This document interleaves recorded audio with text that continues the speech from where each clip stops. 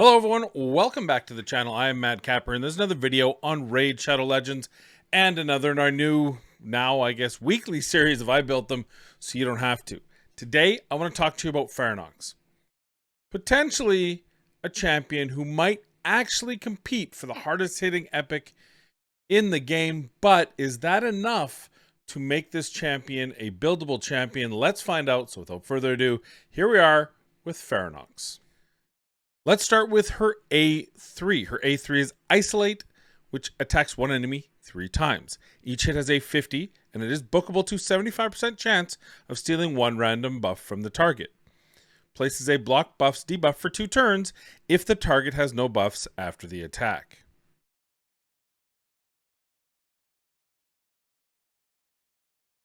Her A2, Tender Mercies, attacks one enemy, inflicts 100% more damage against targets without any buffs.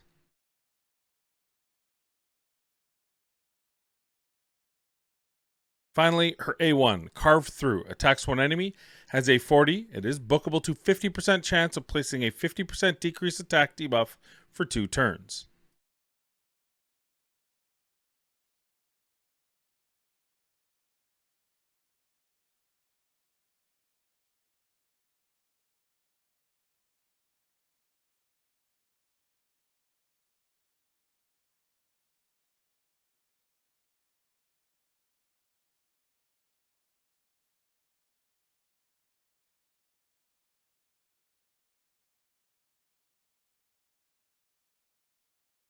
Okay, let's talk about PHRANOX. The first thing I noticed about her is her A2 hits hard.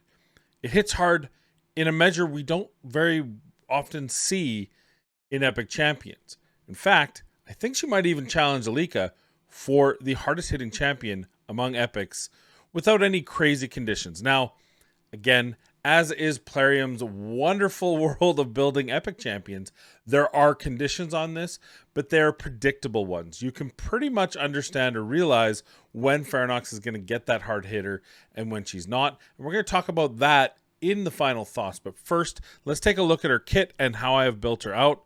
As far as total stats, you have her at 32,512 HP, attack at 5643. Noted she does have a blessing that adds that 400 attack. 192 speed, crit capped at 258 crit damage, and we did give her 200 accuracy, which gives her the opportunity to land some of those debuffs without sacrificing too much of her damage. And we did that by putting her in a perception set along with a lethal set, and we put her in some pretty good gear. I happen to have some pretty good banners in there. I have a quad roll banner, so we were able to put her in some pretty strong gear.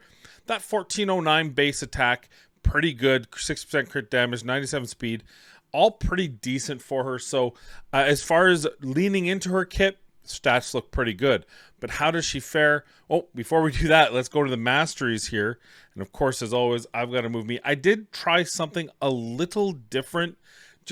I'm kind of in my head, where are we going to use her? Probably in a place like Arena as a secondary nuke or a cleanup hitter.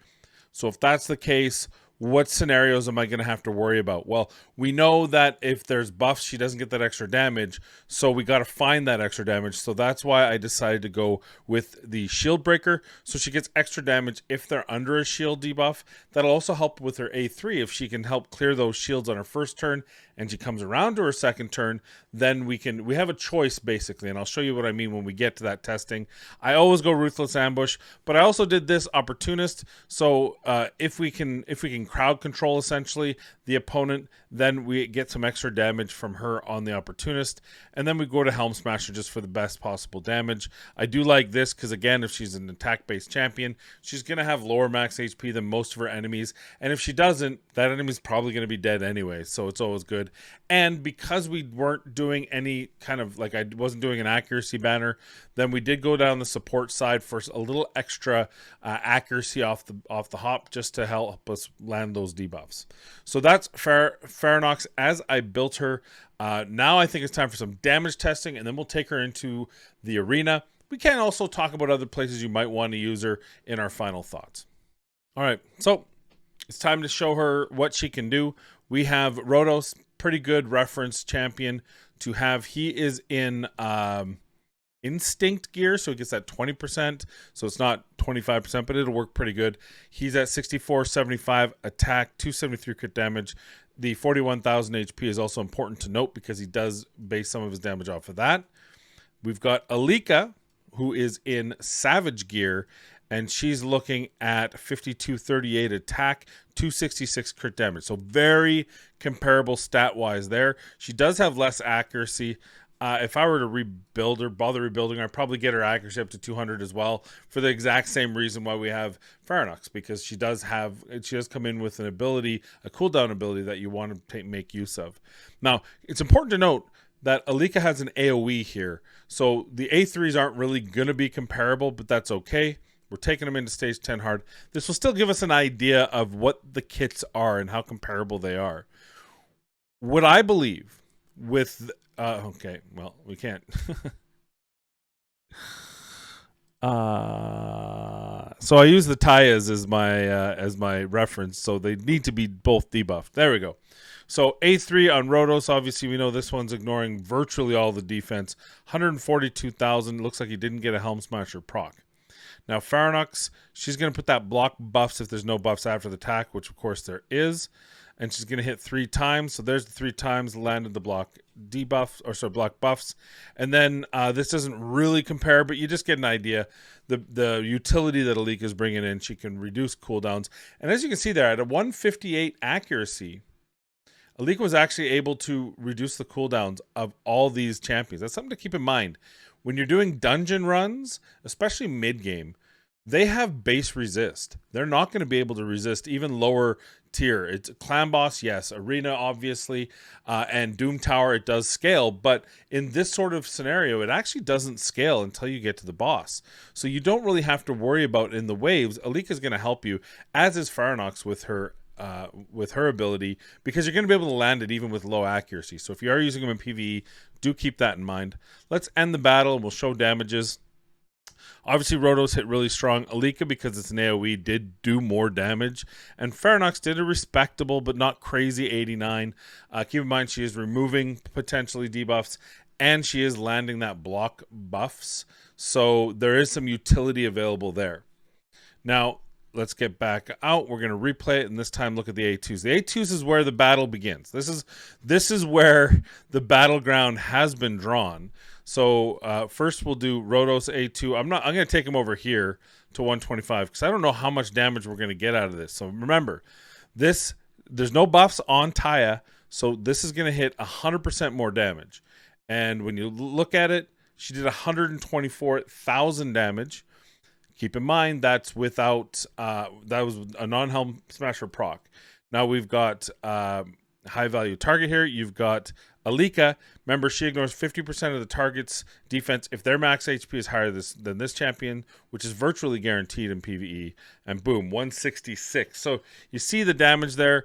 She's still not quite. I want to do this again. I want to make sure that we're getting. I should probably take them out of Helm Smasher so that we get a more accurate depiction here. Again, A2 there, 98.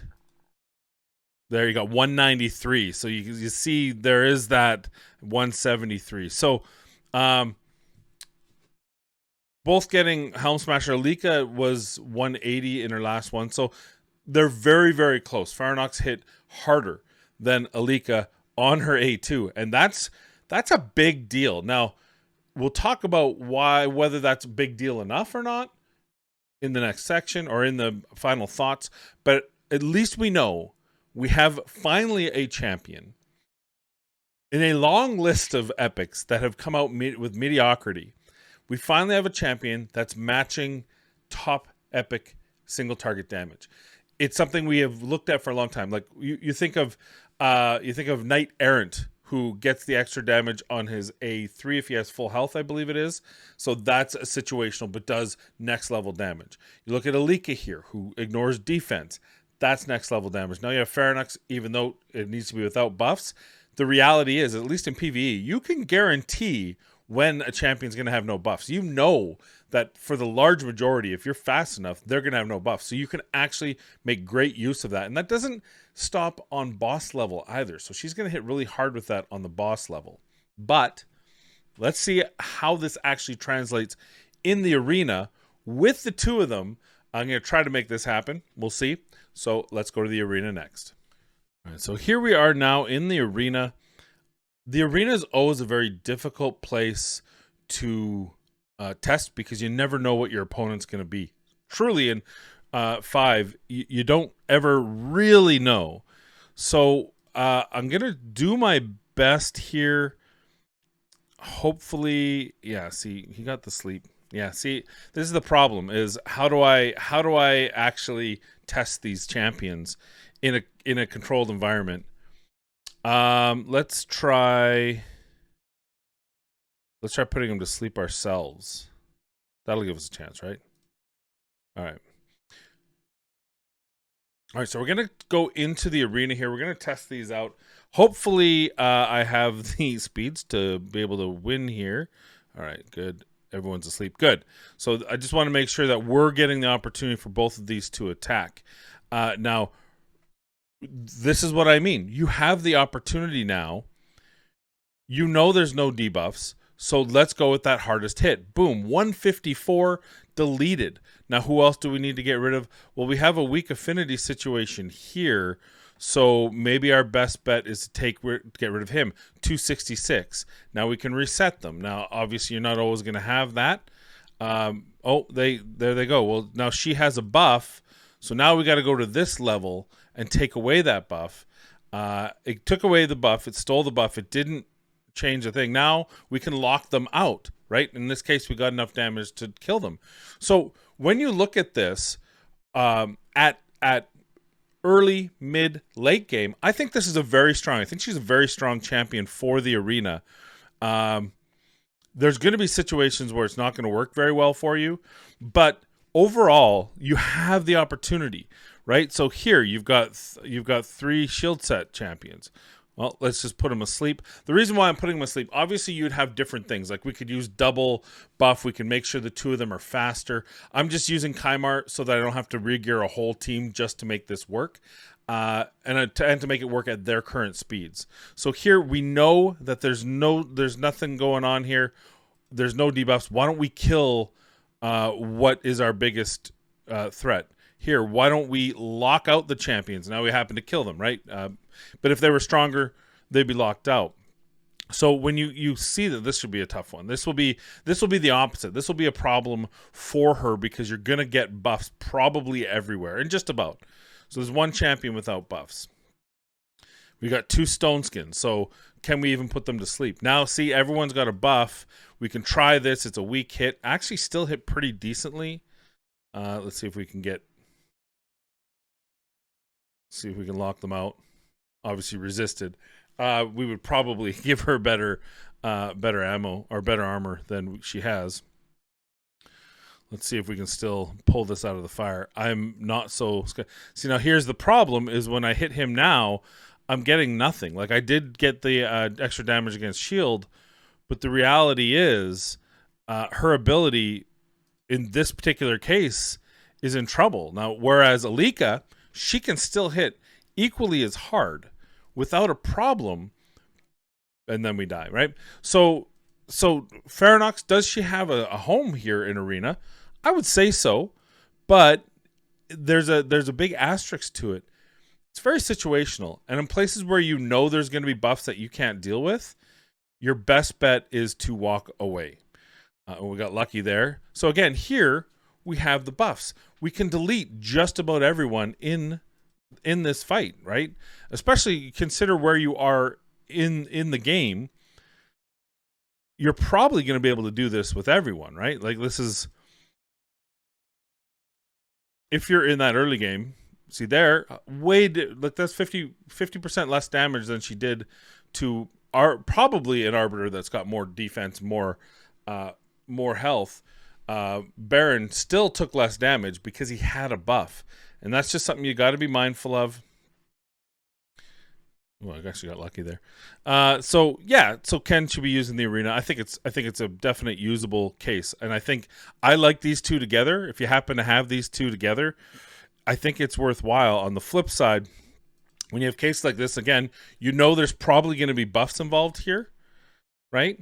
and sure enough there is, then it becomes a little more. And of course, we on top of that, we can't steal. I don't think we could. There's no way we're going to be able to steal stone skin, right? Oh, well, how about that? We can steal stone skin. Learn something new every day, and that's a good thing to learn.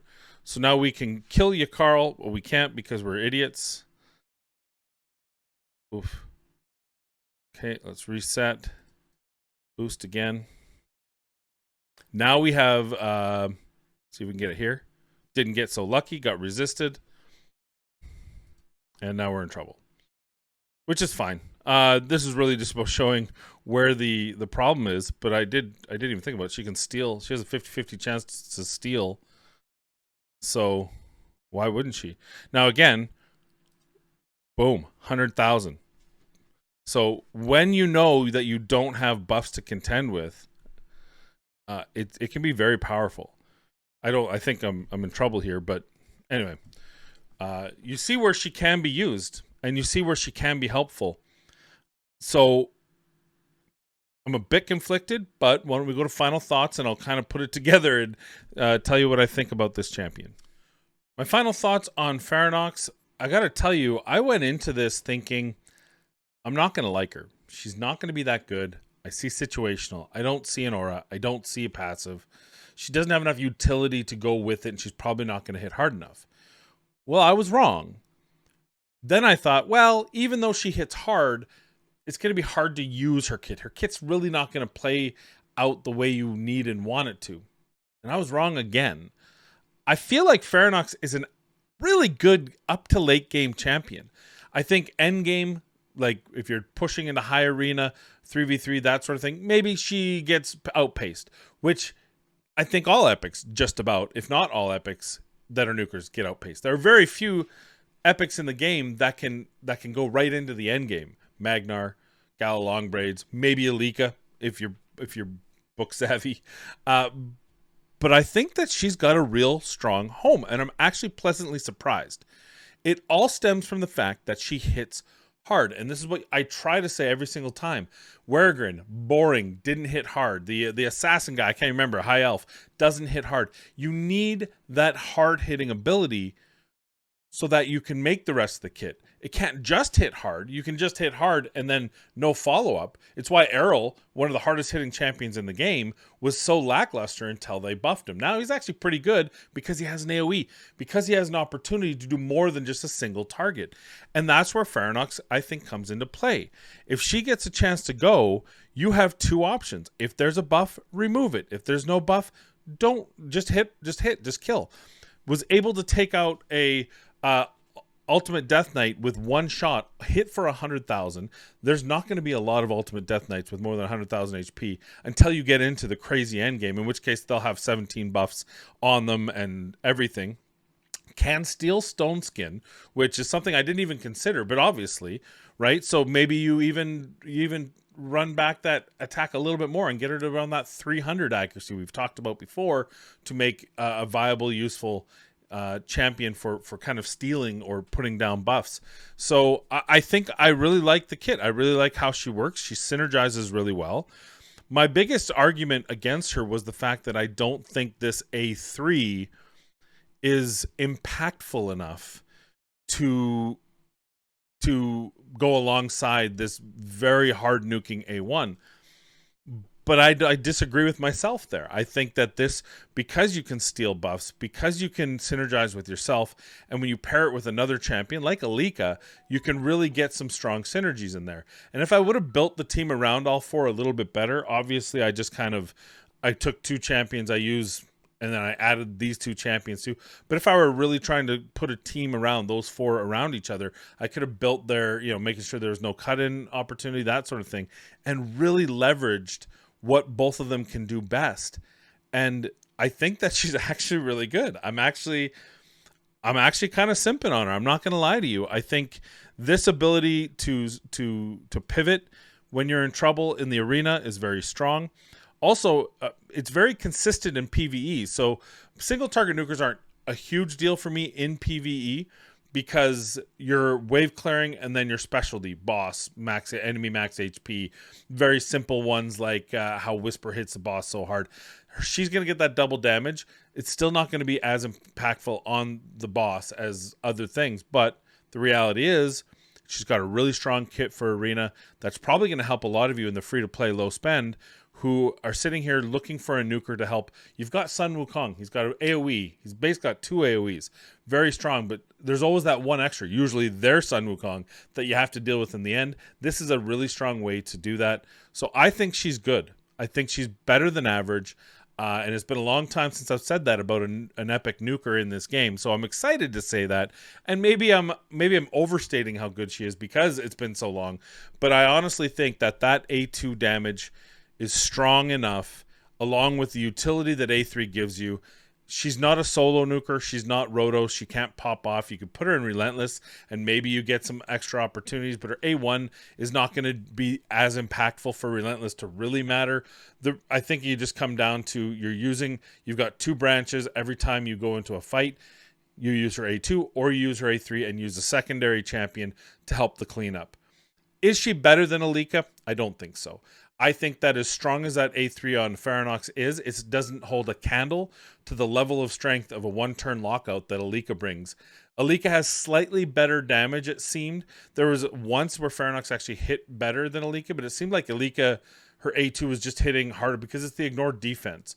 And when you're ignoring defense, and of course she's ignoring 50%, plus 25 from her shield, plus a 50-50 chance of 25 from the mastery, means that she could be ignoring a whole defense. And that's where Alika's A2 is stronger, because there's nothing to stop her but weak hits, right? She can go up against someone with 8k defense and put them down the same as someone with 1k defense. Whereas PHRANOX is still going to be limited on how hard she can hit someone who's got strong defense. So that is a keep in mind, but I would say that, hey, I like the fact that we have a top 5 nuker, in my opinion, single target nuker that's actually newer in this game. Finally.